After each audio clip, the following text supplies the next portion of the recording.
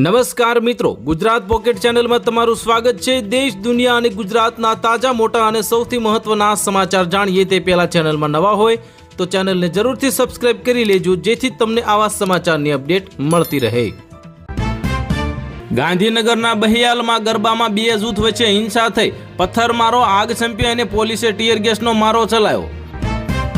અમે ભારતને દંડિત કરવા નથી માંગતા, ટેરિફના ટેન્શન વચ્ચે અમેરિકાએ જણાવી તેની ઈચ્છા। વિશ્વના ટોચના બીજા ક્રમના અબજોપતિ લેરી એલિસને લીધો અનેરો નિર્ણય, પોતાની 95% સંપત્તિ દાન કરશે। ખેડૂતોને પાકની યોગ્ય કિંમત ન મળવા માટે વૈશ્વિક કારણો જવાબદાર, નીતિન ગડકરીનું સૂચક નિવેદન આવ્યું સામે। શાહરૂખ ખાન સાથે હેન્ડશેક બાદ મેં હાથ જ ન ધોયા, અભિનેત્રીનો ચોંકાવનારો દાવો। અમેરિકા જૂઠો અને ખોટી રીતે ધમકાવતો દેશ છે, ઈરાનના સુપ્રીમ લીડર ખામેનાઈનું ટ્રમ્પ પર આકરા પ્રહાર કર્યા। અમેરિકાએ કાશ્મીર મુદ્દે પાકિસ્તાનનું ટેન્શન વધાર્યું, પ્રધાનમંત્રી મોદી સાથે મુલાકાત અંગે આપી અપડેટ। હાટકેશ્વર બીજ તોડવા માટે આઈઆઈટી ગાંધીનગરને લીલી ઝંડી, ડિમોલેશનની મેથોડોલોજીને આપી દીધી મંજૂરી। વિષ્ણુ ભગવાનની ખંડિત મૂર્તિ અંગે સુપ્રીમ કોર્ટના જજની ટિપ્પણીથી દ્વારકાના જગતગુરુ શંકરાચાર્ય થયા નારાજ। બીસીસીઆઈ અને પીસીબી વચ્ચે મામલો બગડ્યો, આઈસીસીમાં બંનેએ ખેલાડીઓને સામે ફરિયાદ કરી। ચાદરને તાલુકો જાહેર ન કરતા રમણ વોરાના ઘેરે ભારે હોબાળો, ભાજપમાંથી 70 લોકોના રાજીનામા અપાયા।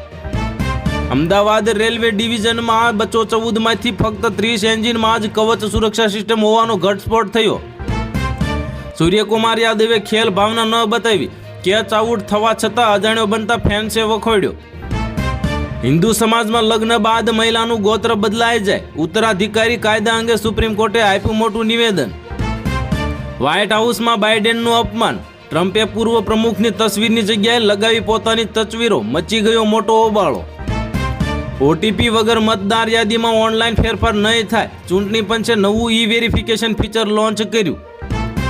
અમે અહીં જ નથી રોકાવાના, જીએસટીમાં ઘટાડા બાદ વડાપ્રધાન મોદીનું મોટું નિવેદન। કોઈ ચૂંચા કરી છે તો બરાબરનો પાઠ ભણાવીશું, પક્ષથી નારાજ ભાજપના નેતા અને પૂર્વ કેન્દ્રીય મંત્રી રાજકુમાર સિંહે ભાજપનું ટેન્શન વધાર્યું। ભારતની તાકાત વધી, પહેલીવાર ટ્રેન પરથી અગ્નિ પ્રાઇમ મિસાઇલનું સફળ પરીક્ષણ કર્યું।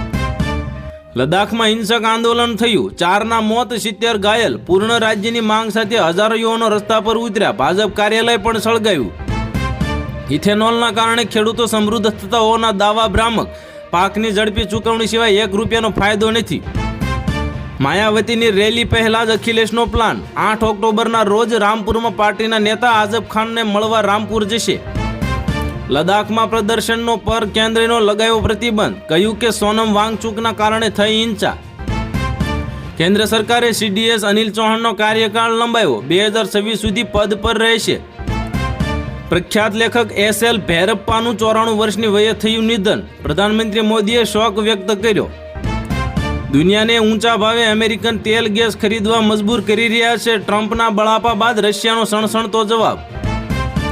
પહેલગામ હુમલામાં મોટી સફળતા મળી, આતંકવાદીઓએ મદદ કરનાર મોહમ્મદ કટારિયાની કરાઈ ધરપકડ। સીબીએસઈના વિદ્યાર્થીઓ માટે મોટા સમાચાર સામે આવ્યા, ધોરણ 10-12ની પરીક્ષાની સંભવિત તારીખ જાહેર કરી, 15 જુલાઈ 2026 દરમિયાન દેશ અને વિદેશમાં લેવામાં આવશે પરીક્ષા। 17 છોકરીઓના યૌન શોષણના આરોપી સ્વામી ચૈતન્યાનંદની વોટ્સએપ ચેટ સામે આવી, ફરિયાદ નોંધાઈ। હાઇડ્રોજન બોમ્બ આવશે અને ભાજપનું પતન થશે, પાટણમાં રાહુલ ગાંધીના પ્રહાર, ખડગે તેજસ્વીએ પણ સાધ્યું મોટું નિશાન। H1B વિઝા વિવાદ વચ્ચે કેન્દ્રનો મોટો નિર્ણય, મેડિકલ કોલેજોમાં યુજી પીજીની સીટો વધારવાની મંજૂરી અપાઈ। એક્સ ટ્વિટરની અરજી કર્ણાટક હાઈકોર્ટે ફગાવી, કહ્યું કે અમેરિકાની જેમ ભારતમાં પણ નિયમો માનવા પડશે। બિહાર ચૂંટણી ટાણે લાલુ રાબડી અને તેજસ્વીની મુશ્કેલી વધી, આઈઆરસીટીસી કૌભાંડમાં આરોપ નક્કી કરશે કોર્ટ। તો હાલ માટે એટલું જ, મળીશું નવી અપડેટ સાથે। જો તમને વિડીયો પસંદ આવતા હોય તો વિડીયોને કરી દેજો લાઇક, અને ચેનલમાં નવા હોય તો ચેનલને કરી દેજો સબસ્ક્રાઇબ।